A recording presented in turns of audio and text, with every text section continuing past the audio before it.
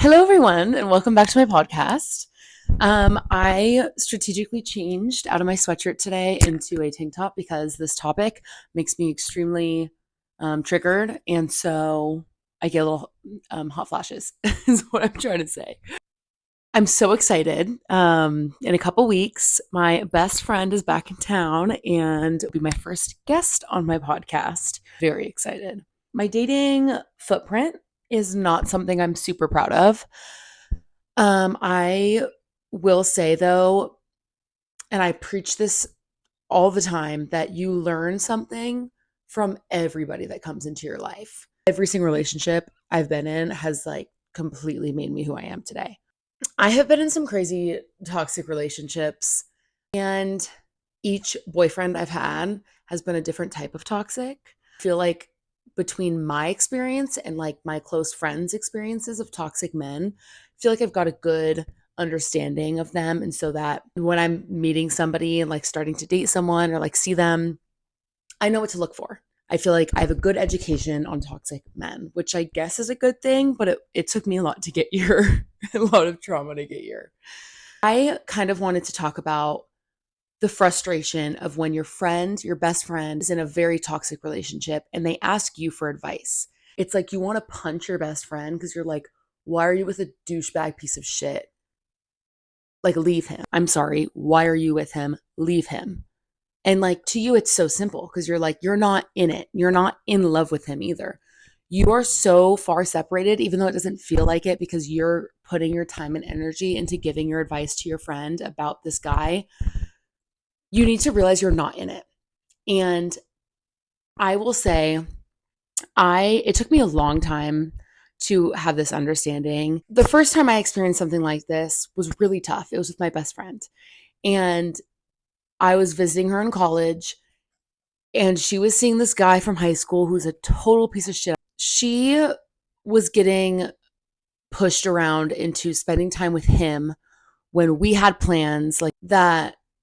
She was like, I'm so sorry, I can't. He's upset I'm not spending time with him when you're here. And I'm like, okay, if you don't see the problem here, and she already knew how I felt about him, but as soon as it involved me and my relationship with her, I was like, all right, I see red. I'm going to kill someone. So I let her do her thing. I was so pissed off. I was so pissed off with her. I was like, I cannot believe you're letting this guy manipulate you into thinking something of our friendship. The next day, she's in class. I was in her apartment hanging out while she was in class. And then I hear guys in the kitchen, living room area. And I'm like, what the fuck is that? Who's that? So I go out and I see a few of her friends who I actually became great friends with, great guys. And then I see two of these motherfuckers from high school. I already have my own history with these guys too. And they were all smoking. And I was like, okay, whatever. I go back in the room. And then I hear when I'm out there, the two guys, they were saying the most disgusting things about my friend. One of them is her boyfriend at the time. Let me remind you that. Saying just awful things about her. So disrespectful, so disgusting for any man to talk to a woman like that. And I lost my shit. I go out there and I'm like, one thing about graduating high school for me that I was so stoked about was that I never had to see your fucking face again. And here we are. I ended up slapping him. I left. I changed my flight and I got the fuck out of there. And I always say that was so close to us, having whatever you'd call a fallout. But because she's basically my sister, that's how close we are, that would have never happened for us. So fast forward, she knows how to pick them. And she recently was in another not so great relationship. And I thought it was all perfect between them because I think she knew not to tell me until she kind of made up her mind. You can tell someone, leave him, leave him. He's horrible to you. Why would you stay? Leave him. You could judge people. Why are you still with him? You have that little self-respect. And it's hard to see somebody you love go through something like that. But also, you don't walk away until you are ready to walk away. So, like this other time, I do think that my best friend telling me about what was really going on with her relationship was her kind of holding herself accountable to end things with him because she knew that once she told me there was no going back from it. And what I've learned through all these experiences is that they hear you. You spend all this time, you're emotionally like involved in this relationship. You feel like you're part of it because you are the one to be there when she's crying to you about how horrible he is to her. And they hear you. When they're going through this and you're giving them advice, they hear you. They just aren't ready to take your advice yet. I have been there. My first relationship was crazy. It was like my freshman or sophomore year of high school. I don't even remember now. But he was so toxic, so manipulative. And because I had never had a boyfriend before, none of my friends really had experienced that either. That like I didn't have any knowledge that that was wrong. Like I went into it with no knowledge. I thought this was normal. I didn't know that like, hey, I deserve more than this. Like this was just what I learned what love was. This was my first love, and that's how I learned it to be. And I lost some good friends who were there for me through it, who like would stick by my side when I was really going through tough times. When we had a low point in our relationship, I mean, we broke up and got back together like 4 times. And every time I had a low, all my friends were there for me. And then when we'd get back together, I'd be so happy. I'd be so stoked because I'm like, oh, I can be happy again because like he came back to me. Like that's how brainwashed I was. My friends were so upset, being like, what do you mean? And I'm so young and dumb thinking like, well, are you not happy for me? Like this is what's going to make me happy. Like, and I held grudges for a little bit because of that, because I didn't realize why they stopped being my friend or why they pulled back is a better way to say it. I was so blinded to see why they were not supporting it. I thought, you don't want me to be happy. You're just jealous because I'm in a relationship. Like I was so manipulated. I didn't understand at the time. And I was just like angry with my friends who were really just there for me and like upset. Like I have been with like situations later on in life, but that's just like how it was. And I didn't know. I had no idea. And I look back now and I'm like, damn, like I was a shitty friend. Like I know I didn't know any better. I'm not upset with myself for how I was. I wish I handled it differently, but I didn't know better. And I think I learned that at such a young age. I think I was 15 years old. I learned that at such a young age, what manipulation was, toxic relationships. I learned all that way too young. And I think that I got upset with people for not learning that until college relationships. And I think I was frustrated that like nobody else saw it. I'm like, he's so bad for you. Run. And like, I just don't think they had that 15-year-old love that taught me that. Like, that's their first experience with it. And so it took me a long time to kind of wrap my head around it.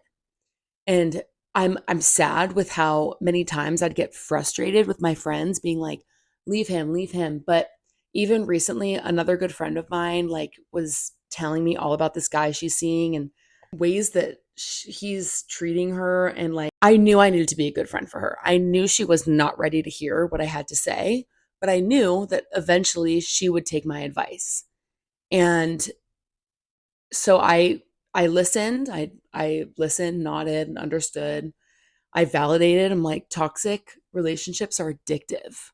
Like when you're in it, it is addictive because the lows are so low, but then the highs, it's like it's like the dopamine gets so high that it's just like, it is addictive. It's like an adrenaline rush. Like people are adrenaline junkies. Like you can be addicted to being toxic or just being around someone toxic. I wasn't going to get offended when I'm giving her my advice if she doesn't take it right away because I understood that she was only going to be able to walk away from him when she was ready. I gave myself grace with this as well with a recent fling I had over the summer. that I talked about on a previous episode. And I was going to try to make it work after we had to struggle with distance. And I tried and I tried, and I knew I looked fucking pathetic while I did it because it was clear that he was not giving me what I needed, but I wasn't ready to walk away yet. And I had to give myself grace. And I tried to explain that to a few friends who were like, kind of like, okay, he's not worth your time. And I'm like, I know that. I actually do know that, but I am not ready to walk away. So I'm going to walk away when I'm burnt out. I have no more fuel left to keep going. And that sounds a little crazy and stupid, but like, that's also how all my friends sound. They sound crazy and stupid for still being with these douchebags until they're ready to walk away. I think toxic relationships are canon events. I think they fucking suck. I think everyone goes through them. And I think how you handle it and how you learn from it is really important, because I think a lot of people get addicted to that toxic aspect of like relationships. And I think if you learn from it in a way where you look back and be like, that is not something I want, and you can move on and learn from it. Like my next boyfriend, I thought he wasn't toxic, and then he turned out to be. So it's like I knew what to look out for. And then it was like, oh, surprise, that's a new one. Okay, take note. I don't want that in my next partner. The next one, I'm like, oh, there's no way. Surprise, there's a new form of manipulation I didn't know about before. And now I feel so prepared for anyone toxic, and like anyone, because I know red flags to look out for. And I think it's such a great thing to have under your belt. And unfortunately, I also learned from my like closest friends and people I love that who have also been through it, where it's like, okay, I know that he's not the one for you, but you're going to have to figure that out for yourself. You're the only one who can walk away. And I can't get mad at you for not walking away yet, because then I'm going to lose you as a friend, because I've been there and I've lost friends because I have chosen the guy over them, which is so wrong, but I didn't know any better. And it's okay for us to be 22 years old and someone to just experience their first toxic relationship and not knowing any better. We all learn at different ages. I think, unfortunately and fortunately, I learned at a really young age what that is like. And so I think for many years I was frustrated that nobody else saw that. But now I think I've learned and grown from it to know you can't make someone walk away from a guy that they're in a relationship with. They have to do it. They have to be the one to make that decision. And it's really hard to see them go through that. But you just have to trust in their judgment that they're going to figure it out eventually. See, I'm like having a hot flash from this topic because it just makes me so angry and upset that like I've been through this, and that like people I love have been through stuff like this too. Anyways, I hope that my life experience in that kind of helps anyone who feels that way, or I hope this is relatable in some way. I'm really excited for Thanksgiving. My bestest friend's coming, and I'm so excited to film and for you guys to meet her and hear us together, because our dynamic is electric. So stay tuned for that. And I will see you guys soon. Bye.